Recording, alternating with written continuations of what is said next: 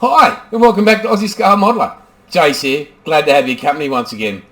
A huge shout out and a big thanks to all of you that watched last week. Thanks for all the likes and thanks for all the views, very much appreciated. Hey, if you're new to the channel, and welcome to the new subscribers from last week, hit the like, hit the subscribe and the bell notification. Try to get your episodes out about 6 o'clock on a Sunday night. But as we all know, most of us have got families, kids and all that sort of stuff, so it doesn't always go that way. But I do my best. Well, in this episode, we have the one and only Mr. David Goldfinch. What a great guy from On the Bench. Now, listen closely during this interview. There's a code. And if you link and write a comment and subscribe to the channel and listen to On the Bench, it's a podcast and it's a great podcast. Over 300,000 people listen to this podcast, and it's Australian content with a bit of an international flavour that the guys bring in. Great to listen to. Well, anyway, we've got that coming up. Also, it's the premiere of the Aussie Scale Modeler of the Week. This guy, absolutely fantastic. He actually doesn't think his work's good enough, but guys, it is really, really fantastic work. So we'll be doing that straight after the interview. Okay, well, here we go. Let's roll it. I'll catch you on the other side. Well, hey, good morning, Dave, and welcome to Aussie Scale Modeler. G'day, Jason, and a pleasure it is to be here this morning. Oh, mate, you're looking bright and radiant there. Sunny Victoria, I believe, isn't it? Yeah, well, it's sunny 10 degrees down in Victoria. Lockdown 5.0, really rocking. Oh, mate, you're off the charts. Mate, so just a few questions from the man himself from OTB. Mate, how long you been modelling and what's your first recollection of it? My first recollection, well, like all of us, I guess, started modelling back when I was a young tacker. My first recollection is buying those Airfix 176 scale lunar Apollo moon base figures. Yeah. Quickly buy, for some reason, the Black Watch figures. I don't know why. So a bit of an oddball sort of purchase. And from there, it was just buying the Airfix kit here and there and building them. I was lucky enough that I grew up in an area where we had across the road from me, 3 brothers. Access their mighty sort of battle on the Sunday afternoon after we finished setting it all up. So that used to be a load of fun. Oh, yeah. So I was doing that for perhaps until I was about, I don't know, 12, 13, 14. The girls sort of popped into the scene, as you guess. And yep. Then, off into the military for a short period of time and work and marriage. And I didn't really get back into modelling until about around 2001, 2002. Okay. And when did the idea of the On the Bench podcast come to life? Well, that's an interesting one. It must be about 5 years ago. I'm an avid podcast listener because there's so much great content out there. And while I also love, YouTube's and that type of thing, YouTubes aren't easy to sort of as you're driving along or walking along the street, whereas a podcast is. And I realized there's nothing out there about podcasts for models. So I thought, well, what do you do when you can't find a model kit that you want to build or a part that you want to do? You end up scratch building it. So that's exactly what I did with a podcast. Went and kicked off the very first one. So we were the first ones on the scene to actually do a podcast about models. And I've got to say, I was a bit worried as to how you could bring such a visual medium just to a podcast, but I think we cracked it. Oh yeah, you definitely have. Been going well, and since then we've now got 5, 6 other podcasts on plastic models now for people to listen and choose from. So, which is really cool. So it's a very busy space now, and but the beauty about it is that we all know each other and get on really well and catch up on a semi-regular basis for a drink over Zoom. Mate, what is your idea of the perfect bench? Perfect bench. The perfect bench has upon it the model that just falls together with paint that goes on flawlessly and decals that lay down without any silvering. They do exist, you know. That's my perfect bench. They do exist, just not in our workshops. Mate, and talking of benches, what's currently on your bench and what's your favourite genre, you reckon? I'll start with the genre question. I tend to build anything and everything. I started off with ships, and that's my first sort of passion, building ships, 1/350 scale. Just love them. Armor, I build armor, sci-fi. Aircraft, I haven't really dipped my toe too deeply in there. I think I've built one, maybe two kits in recent times. So there's quite a few in my stash that I want to have a crack at, that's for sure. Figures, I'll do like science fiction figures like, Warhammer 40,000 or whatever it's called.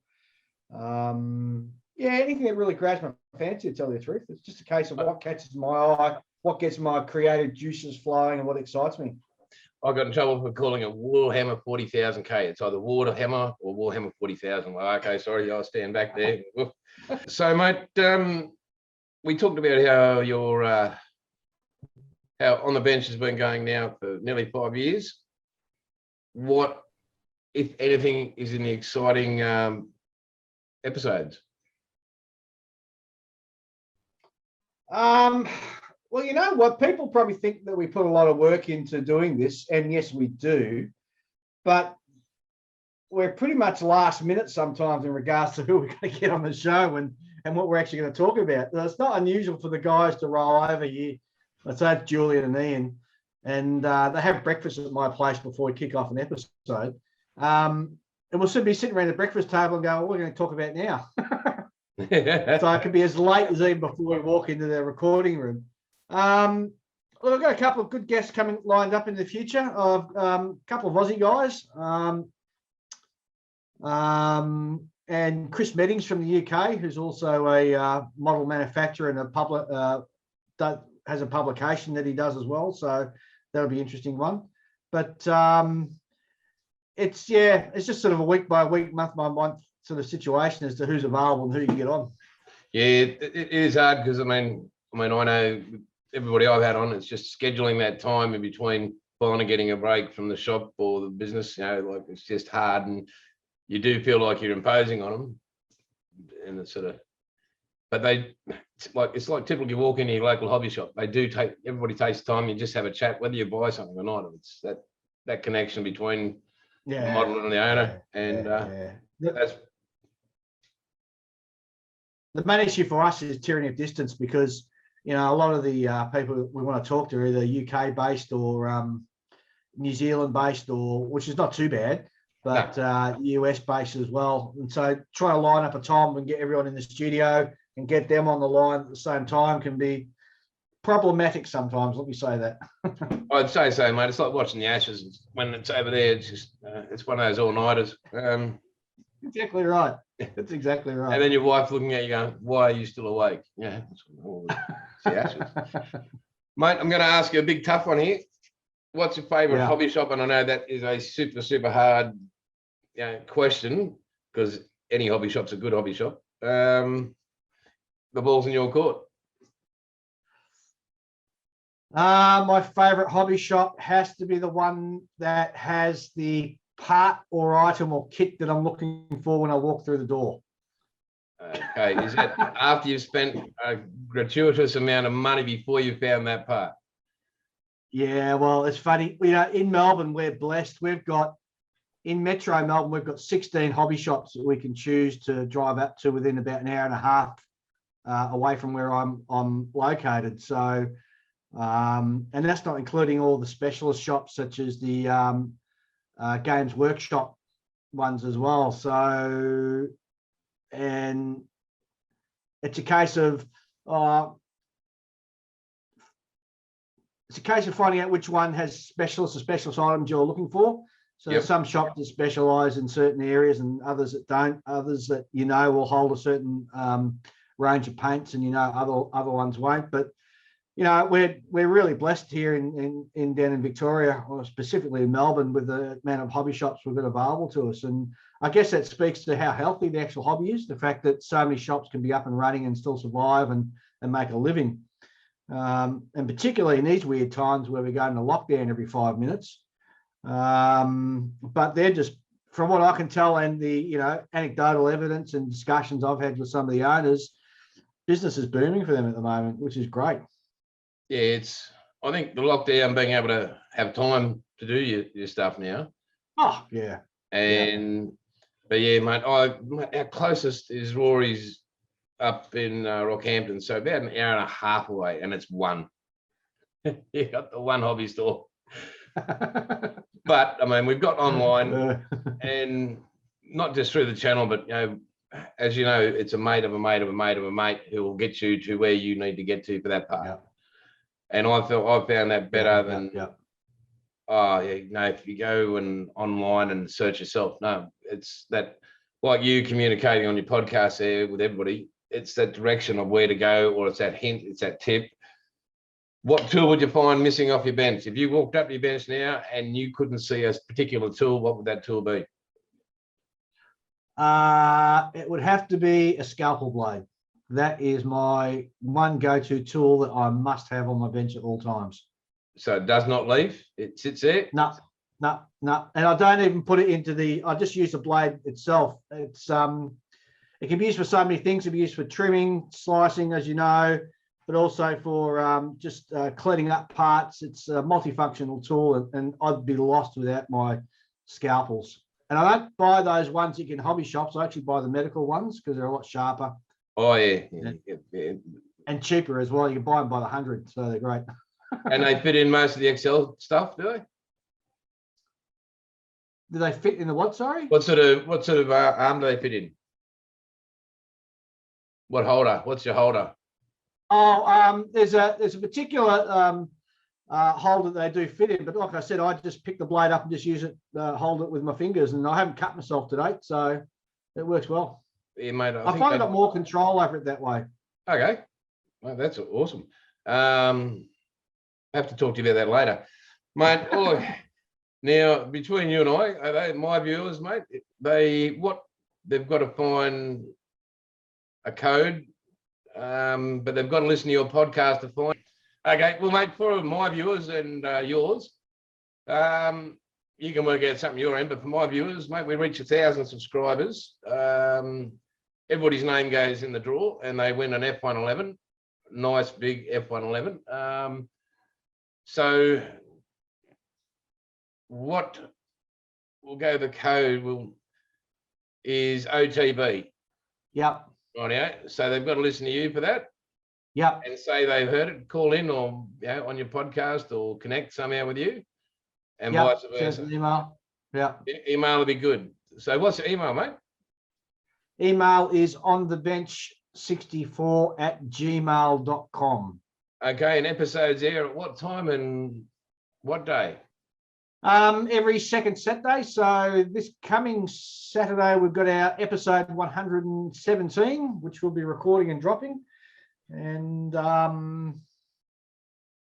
season 5. Gosh, we've been at it for a long time now. Mate, that is a long time. Yeah. Yep. They're absolutely huge, mate. And what else? On OTB, you've got links and everything. Have you got a Facebook page or web page?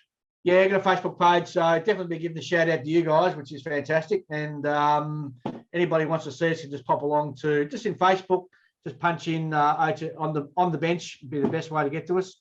Yep. Or as I said, you can another way you can find a whole heap of other podcasts is just type in scalemodelpodcasts.com, and that'll bring up all the other guys who are also doing podcasts as well. We've got a sort of landing page there for everybody now, which works out really well.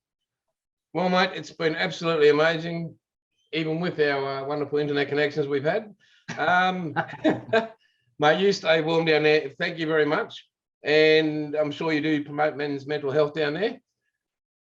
on the bench. Yeah, absolutely. Mate, Yeah.